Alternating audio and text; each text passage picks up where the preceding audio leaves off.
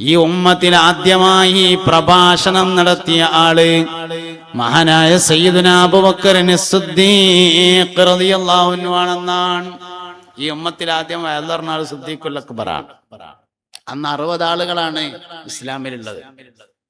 നബി തങ്ങളോട് ചോദിച്ചു, നബിയെ ഞാന് കഅബത്തിന്റെ അടുത്തൊരു പൊതുയോഗം നടത്തട്ടെ എന്ന് ചോദിച്ചു.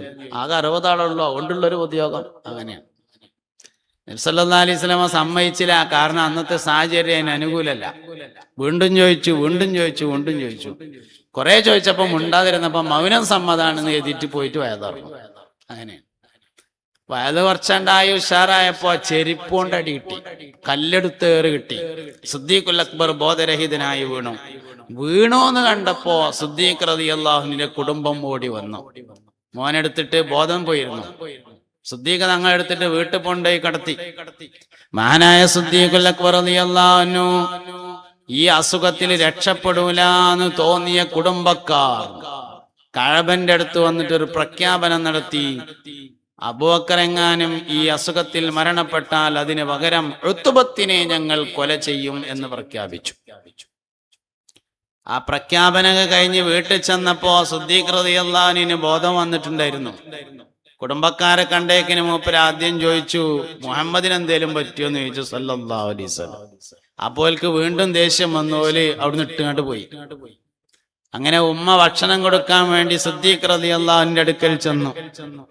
ഭക്ഷണം കണ്ടപ്പോ സിദ്ദീഖ് റളിയല്ലാഹു അൻഹു പറഞ്ഞു, ഞാൻ ഭക്ഷണം കഴിക്കണമെങ്കിൽ മുഹമ്മദ് സല്ലല്ലാഹു അലൈഹി വസല്ലം എവിടെയെന്ന് അറിയണം, എന്നാലേ കഴിക്കുള്ളൂ പറഞ്ഞു. അതിൽ ഉമ്മാക്ക് പ്രായമായിരുന്നു. ഞാൻ എവിടെ പോയിട്ടാ ആ വിവരം കൊണ്ടുവരാന്ന് ചോദിച്ചു. അതിൽ പറഞ്ഞു, ഖത്താബിന്റെ മകൾ ഫാത്തിമാന്റെ അടുത്ത് പോയ ആ വിവരം കിട്ടും എന്ന് പറഞ്ഞു. ഉമർ റളിയല്ലാഹു അൻഹുവിന്റെ പെങ്ങളാണ് ഖത്താബിന്റെ മകൾ ഫാത്തിമ. ആദ്യകാലത്ത് ഇസ്ലാമിലേക്ക് വന്ന സ്ത്രീയാണ്. അതിൽ രാത്രി ഇങ്ങനെ ഉമ്മ ഖത്താബിന്റെ മകൾ ഫാത്തിമയുടെ വീട്ടിൽ പോയി. മുഹമ്മദിന്റെ വിവരം എന്താ വെച്ചാ സല്ലല്ലാഹു അലൈഹി വസല്ലം പറഞ്ഞു തന്നെ, എന്റെ മോൻ ഭക്ഷണം കഴിക്കണില്ല. അതിൽ ഫാത്തിമ പറഞ്ഞു, നിങ്ങൾക്ക് സമ്മതാണെങ്കിൽ ഞങ്ങളൊപ്പം അങ്ങോട്ട് പോരാ, വിവരം അങ്ങനെ പറയാൻ പറ്റിയതല്ല, എന്നാ പോര് പറഞ്ഞു. അങ്ങനെ കൊടുന്നു. സിദ്ദീഖുൽ അക്ബർ റളിയല്ലാഹു അൻഹുവിന്റെ ഹദ്റത്തിൽ കൊടുന്നു. സിദ്ദീഖ് റളിയല്ലാഹു അൻഹു നബി തങ്ങളുടെ വിവരം ചോദിച്ചു. അർഖമിന്റെ വീട്ടിൽ സ്വതന്ത്രനാണ്, സുരക്ഷിതനാണ് എന്ന് പറഞ്ഞു. അന്ന് ദാറുൽ അർഖമിൽ നബി തങ്ങൾ ഒളിച്ചിരിക്കുന്ന കാലഘട്ടമാണ്. അപ്പൊ സിദ്ദീഖ് റളിയല്ലാഹു അൻഹു പറഞ്ഞു, എന്നാ ഇനി കണ്ടിട്ടേ ഞാൻ ഭക്ഷണം കഴിക്കുള്ളൂ പറഞ്ഞു. അങ്ങനെ കാണാൻ പോയി. അങ്ങനെയാണ് ഈ ഉമ്മത്തിൽ ആദ്യത്തെ വയത് സിദ്ദീഖ് റളിയല്ലാഹു അൻഹു. വെള്ളിയാഴ്ച ഇങ്ങനെ ഖതീബ പേരിങ്ങനെയാണ് പറയുമ്പോ നമുക്ക് കൽബിക്ക് അത് വരണം. ആദ്യം ഈ ഉമ്മത്തിൽ ആദ്യമായിട്ട് വയത് പറഞ്ഞ മനസ്സിലാണുള്ളപ്പത് സയ്യിദുനാ ഉമർ ഇബ്നുൽ ഖത്താബ് റളിയല്ലാഹു അൻഹു, ഉസ്മാൻ റളിയല്ലാഹു അൻഹു, അലി ഇബ്നു അബീ ത്വാലിബ് റളിയല്ലാഹു അൻഹു, അവരൊക്കെ താരീഖ് കൽബിലേക്ക് വരണം. ദിക്റിൽ രണ്ടാമത്തേത് താരീഖിനെ പറയലാണ്. എന്തിനാ താരീഖ് പറയണത്? 3 കാര്യങ്ങൾക്ക് വേണ്ടിയാണ് താരീഖ് പറയുന്നത്. ഒരു മനുഷ്യന്റെ താരീഖ്, നമ്മൾ പി തങ്ങൾ പാപ്പാന്റെ താരീഖ് പറയാൻ വന്നതാ. 3 കാര്യത്തിനാ താരീഖ് പറയണത്. ഒന്ന് അതേമാതിരി ആകാനെ, ഒന്നാമത്തെ കാര്യം അതേമാതിരി ആവാൻ പറ്റുമോ നോക്കലാണ്. മനുഷ്യന് അപ്രാപ്യമല്ലാത്ത കാര്യങ്ങൾ വളരെ അപൂർവമാണ് എന്നാണ്. മാലാഖമാർക്ക് എത്തിപ്പിടിക്കാൻ കഴിയാത്തത് മനുഷ്യന് എത്തിപ്പിടിക്കാൻ കഴിയും എന്നതിന്റെ തെളിവാണ് മിഅ്റാജ് എന്നാണ്. മുഹമ്മദ് നബി മനുഷ്യനാണ് സല്ലല്ലാഹു അലൈഹി വസല്ലം. മുഹമ്മദ് നബി സല്ലല്ലാഹു അലൈഹി വസല്ലം തങ്ങൾ മിഅ്റാജിന്റെ അന്ന് യാത്ര ചെയ്തു. സിദ്റത്തുൽ മുൻതഹ എന്ന അതിർത്തിയിലെ എലംതമരം കടന്ന് മുന്നോട്ട് പോയി.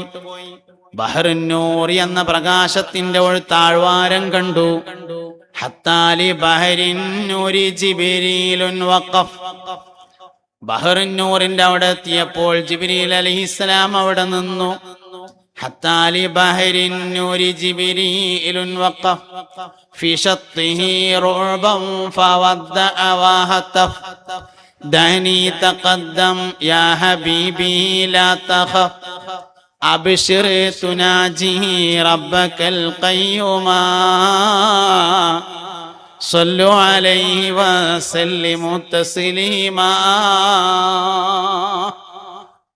അപ്പൊ ഒന്നാമത്തെ കാര്യം അതുപോലെ ആവാൻ വേണ്ടിയിട്ടാണ് സാലിഹീങ്ങളുടെ മനാഖിബുകൾ പറയുന്നത്.